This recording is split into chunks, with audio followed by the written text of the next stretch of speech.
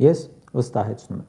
եթե Նիկոլ Փաշինյանի իշխանությունը փողոցային ակցիաների նկատմամբ լիներ այնքան հանդուրժող, ինչքան հանդուրժող էր իր ակցիաների նկատմամբ նախկին իշխանությունը, ապա հեղափոխություն կլիներ մեր երկրում թե 2020-ին, թե 2021-ին, թե 2022-ին ու դրանից հետո մինչև այսօր։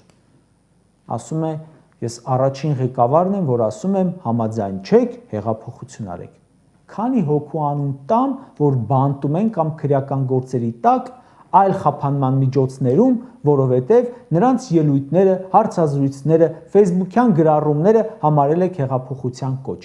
Միքայել Սրբազանից մինչև Ռուբեն Հակոբյան։ Միքայել Սրբազանը այսօր ինչի համար դատապարտվեց 2 տարվա ազատազրկման։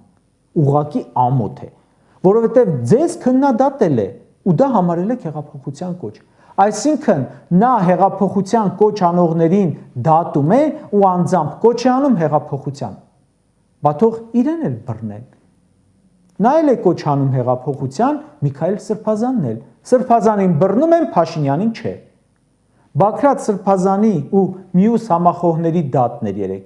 Ինչ են արել մարդիկ։ Սրբազան շարժում են արել, որը հեղափոխության իմաստուն էր։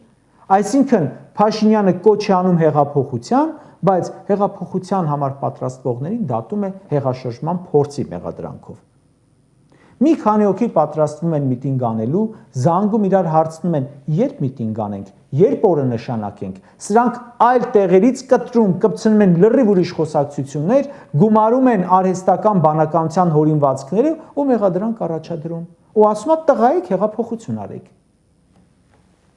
Ու քանի որ չի լինում հեղափոխություն, ՔՊ-ն ընկնում է ինքնախաբեության, ինքնահամոզման մեջ, թե եթե չկա, ուրեմն ճիշտ ենք անում ամեն ինչ։